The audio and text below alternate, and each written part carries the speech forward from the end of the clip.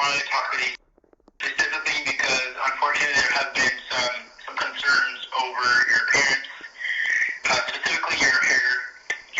Hey Derek, how's it going? I'm good. How are you? Doing good. Well, I appreciate you for hopping on a quick one-on-one call with me.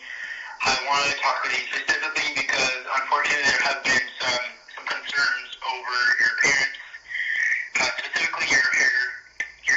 Oh yeah, no, that's fine. I already took out the cornrows, so yeah, you don't have to worry about that. Yeah, it's not about the cornrows, Derek. It's more so your hair texture and length.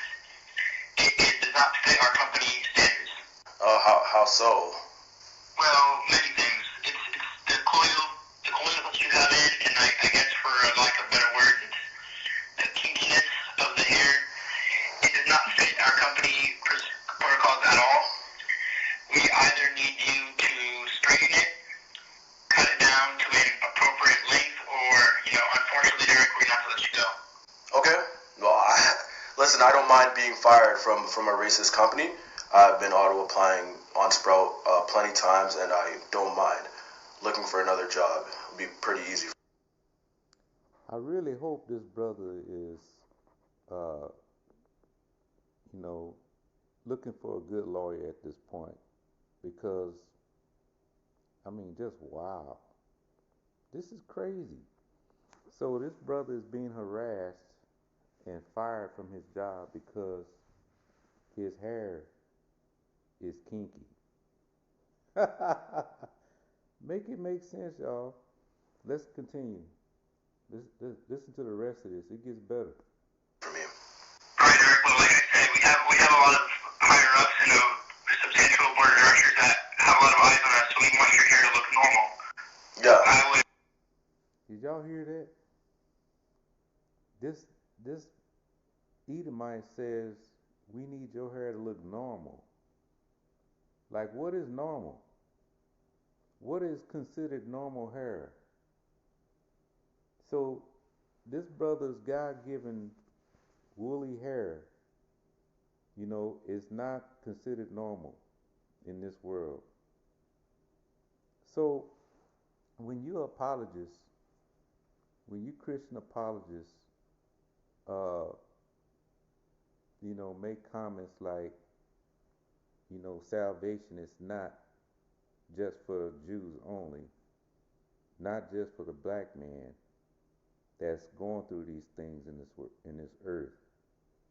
I mean, what are you guys thinking about? What other race of people is being chastised because of their hair? You see, some years ago I saw a young kid on a wrestling. He was on a wrestling team, and he had to cut his locks off before he can wrestle. I mean, like, what other nation of people has to deal with these things? But salvation is for everyone.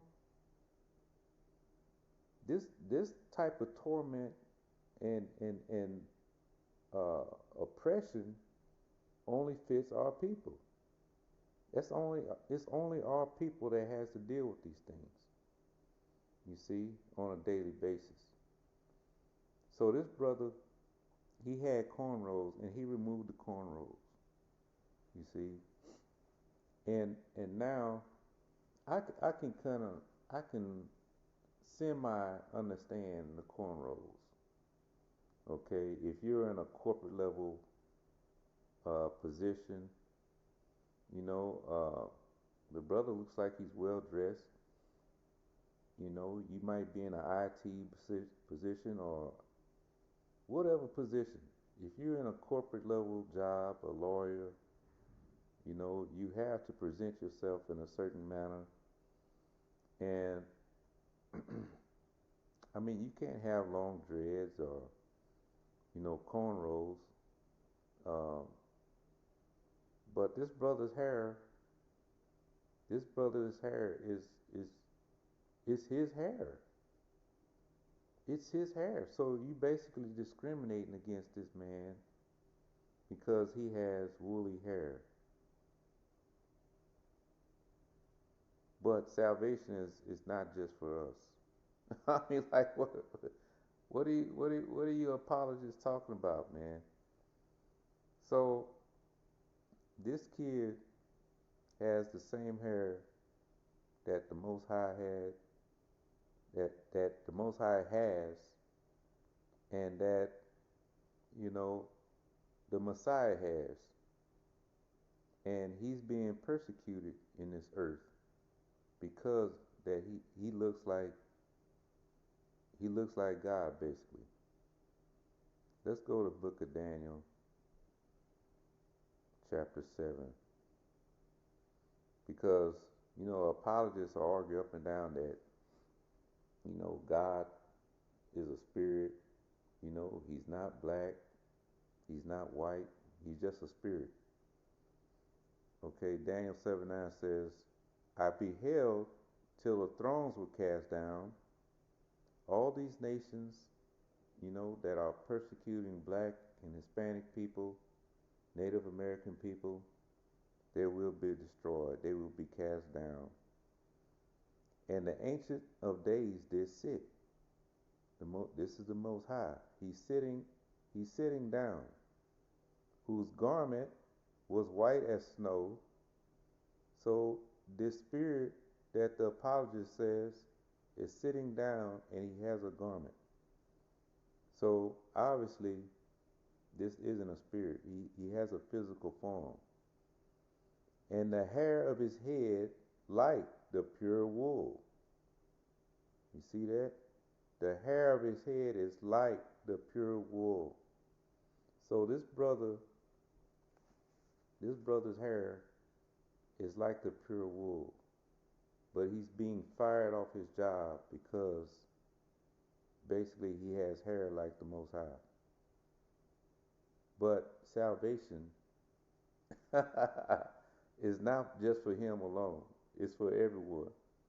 It's for the Edomite on the phone that just fired him.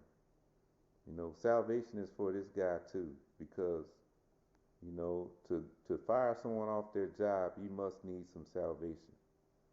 You see, you're being persecuted also because you're firing a black man off his job because of his hair texture. Make it make sense, man. Make it make sense. So let's go to Revelation. Let's go to Revelation chapter 1. I'm going to start at verse 11. It says, saying, I am Alpha and Omega. This is red letters. The first and the last. And what thou seest, write in a book. So, if the color of Christ did not matter, why would he tell you, write it in a book? You see, Christian, why would Messiah himself tell you to write this in a book? This his description. So he says, what thou seest, write in a book, and send it unto the 7 churches which are in Asia, unto Ephesus, and unto Smyrna, and unto Pergamos, and unto Thyatira, and unto Sardis, and unto Philadelphia, and unto Laodicea. All right, let's jump down to verse 14. His head and his hairs were white like wool. See that? So the Messiah had white, woolly hair. If Messiah was walking around on the earth today and he was working at a job, he would be fired for having his woolly hair. Do it make sense? Does it make any sense? But these Christians, they just, they're so holy. They're holier than thou, according to the urban apologists. These are the people, these are the Christians that they back up. These are the people that they go against their brothers, the Israelites, for these people who are persecuting black and Hispanic people. So his hair was white like wool, as white as snow, and his eyes were a flame of fire, and his feet like unto fine brass. Brass is brown in color, you know. I saw a woman on TikTok the other day saying that brass is she showed a video of molten brass that's glowing white color. Now, no one walks around looking like molten lava, but you know this is the extremes that they go to try to disprove, you know, what the Israelites have been bringing out. So his feet was like unto fine brass, as if they burned in a furnace. So if you take that brown colored brass and you burn it in a furnace, it doesn't it doesn't turn molten. You see, if you melt brass, it's going to have a molten white color to it. It's going to be glowing white if you melt it. But if you burn brass, it's going to turn black. You see, there's a difference. And his voice as the sound of many waters. So he had a loud voice. He wasn't when he taught, he was not whispering. You know, you have a lot of Christians get offended because the Israelites are on the street raising their voice, as it says in Isaiah 58. You know, like that's what God tells you to do. That is a commandment. Raise your voice like a trumpet. You see, spare not. Show my people. You see, he says, show my people their transgression, not the whole world. So, put in the comments, what do y'all think about this situation? What would you do? Would you cut your hair off?